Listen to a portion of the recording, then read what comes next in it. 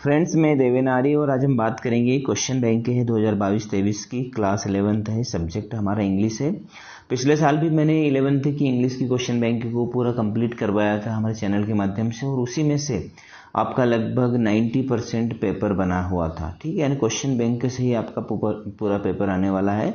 तो आप है ना, इस साल बहुत टाइम से क्वेश्चन बैंक आ गई है, समय से आ गई है, तो आपके पास काफ़ी समय है। आप आराम से जो है क्वेश्चन बैंक कंप्लीट कर सकते हैं और परीक्षा में अच्छे नंबर ला सकते हैं। यहाँ पर ब्लूप्रिंट है इंग्लिश का 11वीं का, एंड आप देख सकते हैं। तो पहला क्वेश्चन आपका सेक्शन है जिसमें रीडिंग स्किल होती है, और इसमें आपको जो है 10 नंबर के है ना एक आंसर पैसेज आने वाला है जो कि 10 अंक का रहेगा। उसमें 10 क्वेश्चन पूछे जाएंगे, और यहाँ पर कुछ डिलीटेड लेसन्स हैं जो 11वीं के हैं। हॉर्नबिल में से कौन कौन से लेसन हुए हैं देख सकते हैं आप, और स्नैपशॉट में से कौन कौन से लेसन डिलीट हुए हैं, है ना, इनको नहीं करना है। तो स्टार्ट करते हैं। Section A, reading compression. ठीक है, सेक्शन ए जिसमें आपको एक आंसर पैसेज आने वाला है, और इसी क्वेश्चन बैंक से ही आपको सारे आंसर पैसेज दिए हैं, इसी में से एक आंसर पैसेज आपको आएगा। ठीक है, और ये 10 नंबर का आने वाला है। अब आपको इसको रीड करना है और कुछ क्वेश्चंस को आपको जो है सोल्व करना है। तो आप पूरा वीडियो मेरे साथ बिना स्किप किए हैं देखिए, आपको अच्छे से ये जो है पैसे समझ में आएगा, और साथ ही आपको काफ़ी है ना रोचक जानकारी भी इससे मिलेगी। तो स्टार्ट करते हैं। पैसेज फर्स्ट है, academics has always been an essential part of human development. Academics का अर्थ यहाँ पर है कि जो शिक्षा होती है, वो शिक्षा जो क्लासरूम में दी जाती है, जिसको हम जो है क्लासरूम के अंदर वाली शिक्षा या थियोरेटिकल शिक्षा जिसको हम बोल सकते हैं, सैद्धांतिक जो शिक्षा होती है, वो हमेशा से ही ह्यूमन डेवलपमेंट यानी मानव के विकास के लिए एसेंशियल यानी आवश्यक हिस्सा रही है। It prepare us to survive in the outside world. ये हमको बाहरी दुनिया में टिके रहने के लिए आवश्यक होती है। And stabilise an identity of our own, और हमारी खुद की पहचान भी स्थापित करती है। यानी जो क्लासरूम में आप शिक्षा ग्रहण करते हैं वो दुनिया में टिके रहने के लिए, जीवित रहने के लिए और आपकी एक पहचान बनाने के लिए आवश्यक होती है। But is an individual's development restricted to merely academics. लेकिन किसी व्यक्ति का जो विकास होता है वो सिर्फ एकेडमिक्स के सहारे नहीं हो सकता। वो जो आपको सिर्फ किताबी ज्ञान या क्लासरूम के अंदर का जो ज्ञान है, यदि वही ज्ञान है तो ये रिस्ट्रिक्ट करता है, यानी कि रोकता है। किसको रोकता है? आपके विकास को।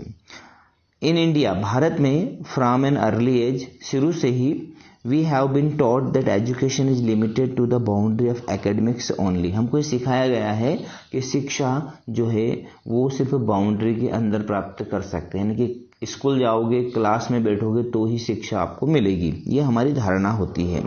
The idea of getting out into the field, कौन सा आइडिया, कौन सा विचार कि फील्ड में जाकर, बाहर जाकर, फॉर गेनिंग प्रैक्टिकल एक्सपीरियंस, बाहर जाकर प्रैक्टिकल एक्सपीरियंस प्राप्त करना, मतलब करके सीखना। ये जो आइडिया है, is always consider a hoax, ये हमेशा से ही एक हॉक्स माना गया है, कंसिडर किया गया इसको हॉक्स। हॉक्स यानी कि भ्रम या छल, है ना। ठीक है, यानी हमारी सोच ऐसी है, बचपन से हमको शुरू से सिखाया जाता है कि आप क्लासरूम में बैठोगे तो ही शिक्षा प्राप्त करोगे। यदि आप बाहर जाकर दुनिया में सीखने का प्रयास करोगे या किसी फील्ड में जाकर करके सीखने का प्रयास करोगे तो ये सिर्फ एक छलावा होगा, भ्रम होगा, ऐसा हमको बचपन से सिखाया गया है। This has hindered students development, और यही चीज स्टूडेंट्स के डेवलपमेंट को हिंडर्ड करती है, बाधक होती है। But the truth is that education represent a considerably broader field than we know of it. लेकिन सच्चाई यहाँ है कि शिक्षा जो है वो रिप्रेजेंट करती है considerably broader field than we know it. यानी हम शिक्षा के बारे में जितना जानते हैं कि शिक्षा का क्षेत्र कितना बड़ा है, उससे बहुत बड़ा है शिक्षा का क्षेत्र। मतलब शिक्षा ग्रहण करने का जो क्षेत्र है वो बहुत ही ज़्यादा बड़ा है, ना तो क्लासरूम ना स्कूल, है ना, ये एक क्षेत्र में सीमित नहीं है। Our teaching from the basics has been focused on getting good grades and job offers rather than being creative and unique. हमारी जो टीचिंग है वो क्या बताती है हमको बेसिक ये सिखाती है, आधार ये सिखाती है कि आपको फोकस करना है अच्छे नंबर लाने में और अच्छी नौकरियां प्राप्त करने में। यानी शुरू से हमको सिखाया जाता है कि अच्छे नंबर लेके आओ आप, तो है ना 90% बनाओ, 95 बनाओ, है ना 97, 98, 99 तक पहुंच गए बच्चे, अब तो 100 तक ही पहुंच गए हैं। तो हमारा जो फोकस है वो शुरू से ही किस चीज़ के ऊपर है कि getting good grades and job offers, अच्छे नंबर लेके आइए, अच्छी नौकरियां प्राप्त कीजिए, rather than being creative and unique. चाहे आप क्रिएटिव हो या ना हो, यूनिक हो या ना हो, बस नंबर आने चाहिए, नौकरी मिलनी चाहिए। मतलब हमारी शिक्षा में बताया गया है कि आप क्रिएटिविटी भले नहीं हो आपके अंदर यूनिकनेस भले नहीं हो, लेकिन आपको अच्छे नंबर आने चाहिए, तभी आपको नौकरियां मिलेगी। ये हमारी शिक्षा में बचपन से हमको सिखाया गया है, ठीक है। अब क्या हुआ है, इन द 21st सेंचुरी, 21वीं शताब्दी में the pure academics type of education is slowly paving way for a whole new type. ये जो एजुकेशन का सिस्टम है, एकेडमिक टाइप ऑफ एजुकेशन का सिस्टम है, ये धीरे धीरे पेविंग वे होता जा रहा है। पेविंग यानी कि इसका रास्ता बदल गया है, इसकी जो सड़क है वो चेंज हो गई है, एक न्यू टाइप हो गया है, इसका नया प्रकार बन गया है। The paradigm shift in the whole education system is evident. और जो पैराडाइम है, पैराडाइम यानी कि इसका जो प्रतीक है, इसका जो स्वरूप है वो शिफ्ट हो गया है, whole education system is evident, यानी कि पूरा का पूरा जो एजुकेशन सिस्टम है इसका स्वरूप चेंज हो गया है और इसका प्रत्यक्ष प्रमाण भी हमको मिलता है, एविडेंट मिलता है। People have now come to understand that education is a 360 degree activity that should focus on students' overall development rather than restricting him her to the classroom। अब लोग समझ गए हैं, लोगों के अंदर ये अंडरस्टैंडिंग आ गई है, लोगों ने जान लिया है कि एजुकेशन जो है वो 360 डिग्री एक्टिविटी का नाम है, यानी कि जो विद्यार्थी होता है उसका जो दिमाग है वो सब तरफ चलना चाहिए, उसका सर्वांगीण विकास होना चाहिए, उसी को शिक्षा कहते हैं। अब लोग ये समझ गए हैं, focus on students overall development, यानी उसका पूरी तरह से विकास होना चाहिए, rather than restricting him her to the classroom, यानी कि उसको सिर्फ क्लासरूम में रोक के रखना शिक्षा नहीं है, बल्कि बच्चे के अंदर सभी तरह की शिक्षा होनी चाहिए, उसको सारे नॉलेज, सारे स्किल्स पता होना चाहिए, यही शिक्षा है। लोग अब ये समझ गए हैं। तो 21वीं शताब्दी में शिक्षा का जो स्वरूप है वो चेंज हो गया है और लोगों को थोड़ा ज्ञान इसका हो गया है। आगे बात करते हैं, लास्ट पैराग्राफ है को करिकुलर एक्टिविटीज। को करिकुलर एक्टिविटीज का अर्थ होता है कि कुछ ऐसी एक्टिविटियां जो कि पाठ्यक्रम के साथ साथ चलती है, that takes place outside the classroom, है ना, बट रेनफोर्स और सप्लीमेंट क्लासरूम करिकुलम, यानी कि कुछ ऐसी एक्टिविटी होती है जो क्लासरूम के बाहर चलती है, लेकिन वो रेनफोर्स यानी कि सुदृढ़ बनाती है, सप्लीमेंट यानी कि पूरा बनाती है क्लासरूम करिकुलम को, यानी कि क्लास के अंदर शिक्षा ग्रहण करने के साथ साथ क्लास के बाहर की शिक्षा भी जरूरी है, तभी वो क्लास की शिक्षा को पूर्ण बनाती है। In sum we have become a point of focus today, और किसी तरीके से उन चीज़ों के ऊपर भी आजकल फोकस किया जाने लगा है और फोकस किया जाना चाहिए भी। This activity help in growth of the child, ये एक्टिविटी जो होती है ये बच्चे के विकास में जो है सहायता करती है, इन मोर देन वन वे, एक तरीके से नहीं बहुत सारे तरीके से। Participating in such activity helps youngster grow mentally, socially and individually intellectual development of student, है ना। ये क्या करती है कि जो पार्टिसिपेटिंग इन सच एक्टिविटी, इस प्रकार की एक्टिविटी में यदि आप पार्टिसिपेटिंग करते हैं, भाग लेते हैं, जैसे कि आपका खेल हो गया, है ना, पेंटिंग्स हो गई, आपका भाषण हो गया, बहुत सारी स्किल्स हैं, यदि वो स्किल्स भी आप, है ना, मैनेज करते हैं, उनमें भी पार्टिसिपेट करते हैं, तो युवाओं में क्या बढ़ाएगी, ये मेंटली यानी मानसिक, सामाजिक और व्यक्तिगत विशेषताओं का, है ना, क्या करेगी, समझ लो कि विकास करेगी।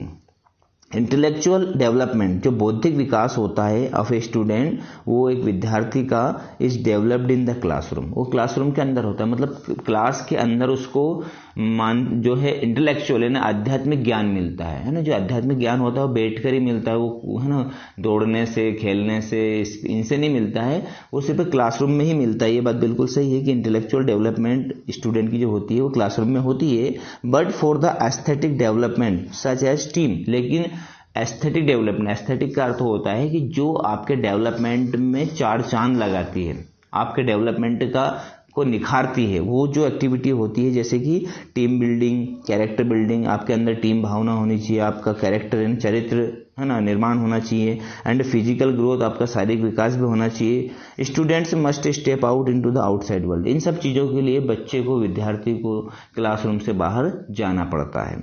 For instance, if a student is a part of school football team, उदाहरण के लिए यदि कोई बच्चा, कोई विद्यार्थी उसके स्कूल की फुटबॉल टीम का हिस्सा है तो ही और she will learn team work and coordination. तो क्या सीखेगा?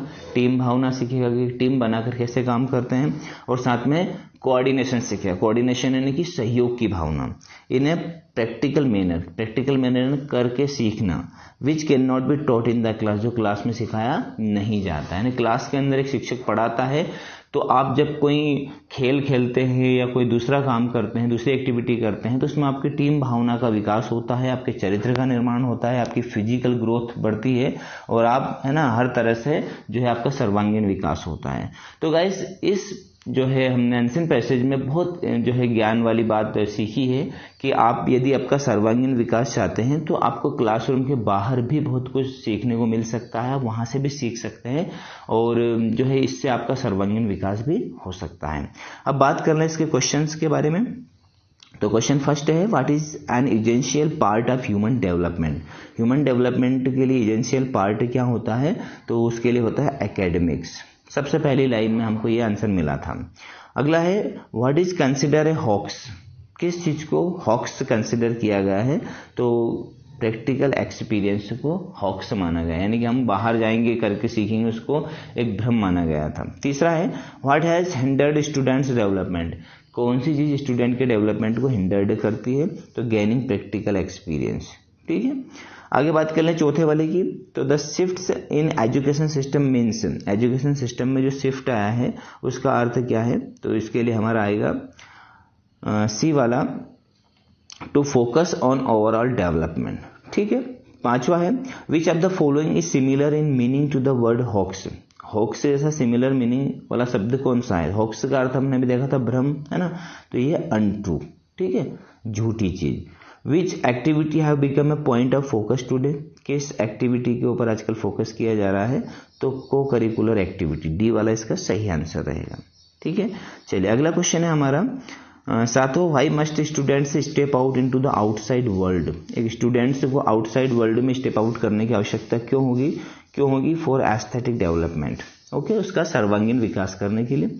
आठवां क्वेश्चन है, time period of 100 year is, 100 साल का जो पीरियड होता है उसको क्या कहा जाता है? उसको सेंचुरी कहा जाता है। Which of the following is the correct antonym of unique. Unique का करेक्ट एंटोनिम यानी उल्टा, यूनिक यानी होता है अनोखा, तो कॉमन यानी साधारण। ठीक है, लास्ट क्वेश्चन है, क्लासरूम टीचिंग प्रोवाइड्स। क्लासरूम की जो टीचिंग होती है वो क्या प्रोवाइड करती है? तो क्लासरूम की टीचिंग क्या प्रोवाइड करती है आपको? फाउंडेशन, यानी आपका बेस तैयार करती है। तो फ्रेंड्स, आई होप आपको ये पैसेज समझ में आ गया है, और यदि इसी प्रकार से आपको पूरी की पूरी क्वेश्चन बैंक का सॉल्यूशन चाहिए तो आप वीडियो को जो है लाइक करें, चैनल को सब्सक्राइब करें, और यदि वीडियो अच्छा लगा है तो लाइक करने के साथ साथ उसको शेयर करें ताकि सभी तक की नॉलेज पहुंच सके, और आप जो है बेल आइकन को प्रेस कर दीजिएगा ताकि सारे वीडियो की नोटिफिकेशन टाइम पर मिल जाए आपको। थैंक यू वेरी मच, मिलते हैं नए वीडियो में, धन्यवाद।